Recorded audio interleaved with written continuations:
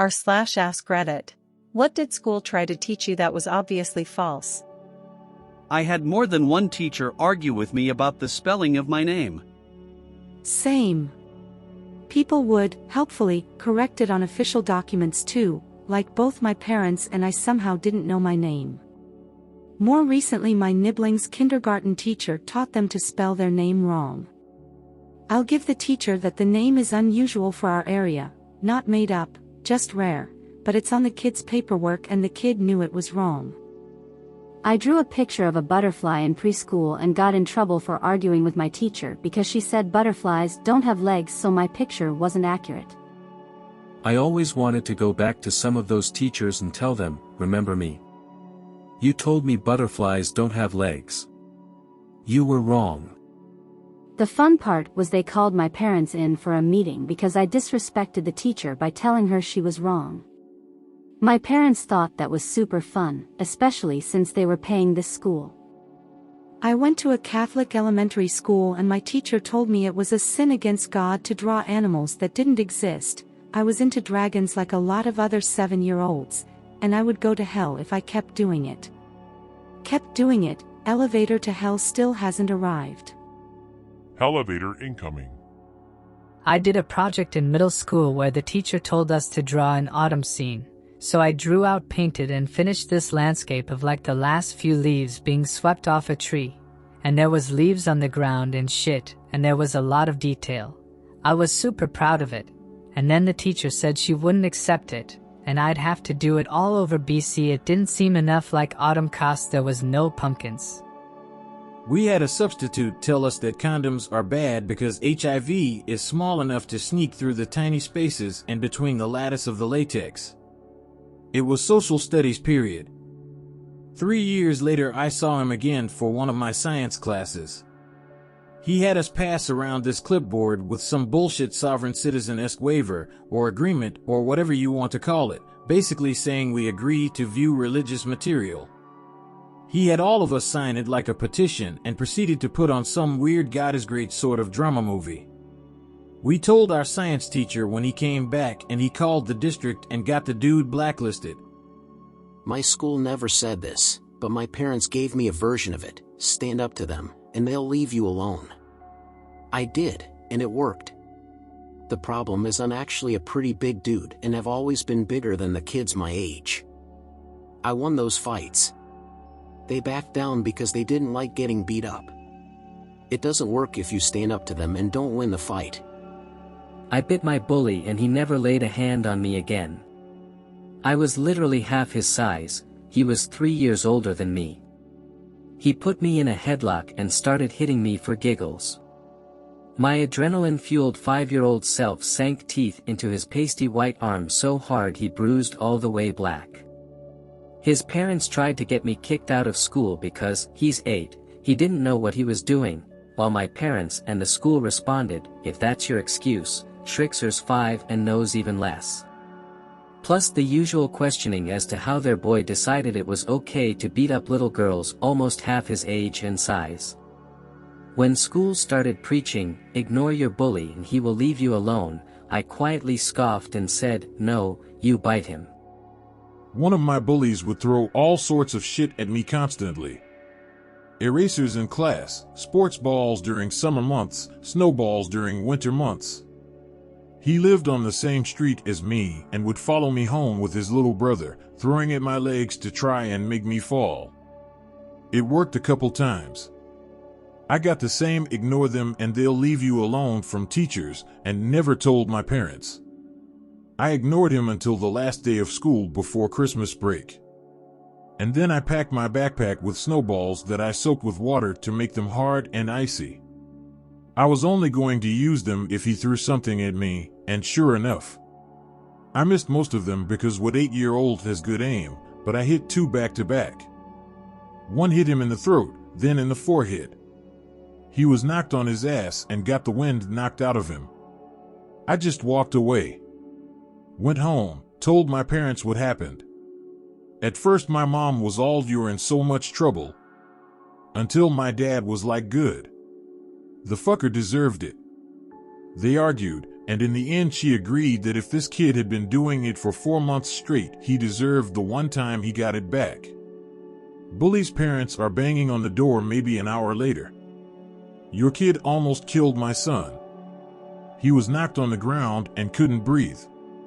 His brother, 6, had to run home alone to come get us.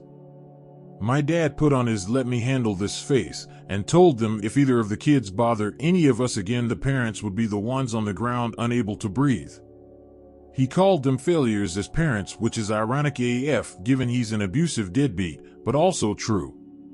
Sure enough, no more problems after that day. Bully actually tried to make friends with me after that. Hell not. That your permanent record would follow you throughout your career.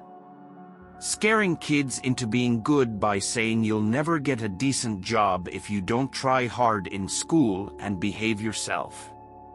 Some of the biggest dickheads in school ended up with great careers because A, nobody cares about your grades, and B, shit floats. My permanent record followed me. I wrote in it that I wanted to be a forest ranger when I grew up. Years later my son found it with my old stuff, read that and started telling me, "Yes sir, Mr. Ranger sir," in a Yogi Bear voice. Gotta admit it was pretty funny, so yeah, my permanent record did follow me. A history teacher told us during class that Da Vinci believed he was a god. His explanation, he painted the Mona Lisa, which is supposed to be the perfect woman, and only a god can make something perfect, therefore Da Vinci believed he was a god. The teacher seemed so angry at Da Vinci for that, and went on a rant on how ridiculous he was. This was the only time something like this happened with this teacher. We were so confused. I had a history professor who thought the Disney Pocahontas movie was 100% accurate. She argued with us about it, and the test was based on the movie. She also somehow had a relative or ancestor who was a key but also obscure figure in every major event in US history. We had to remember their names and direct quotes for the tests. First day of class she told us the entire textbook was wrong and we would not pass the class if we used it. She was correct, because every single question on her tests was a figment of her imagination. Just because you are popular doesn't mean you'll be successful. Fuck all. Since graduating college it's been all about networks and who you know/who likes you. I've literally asked people how they got their job and they said they knew someone that pulled them in with no qualifications or experience. It's a tough pill to swallow. When they teach me the senses, like sight, touch, all those 5 senses, we started to talk about the sense of taste, and those MF tried to convince the whole class that our tongue has different sections and that we taste specific things in these sections, like the sour things were only tasted at the left back of our tongue, the salty ones in the right front.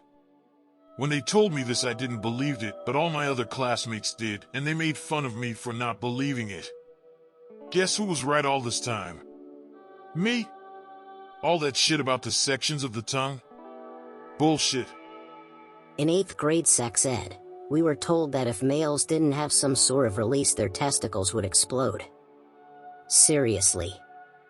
I have always thought it was intended for comic relief, but the instructor never did give us the "I'm just kidding" line. Needless to say, I went to Pound Town regularly as a child to avoid that fate. I ain't going out like that.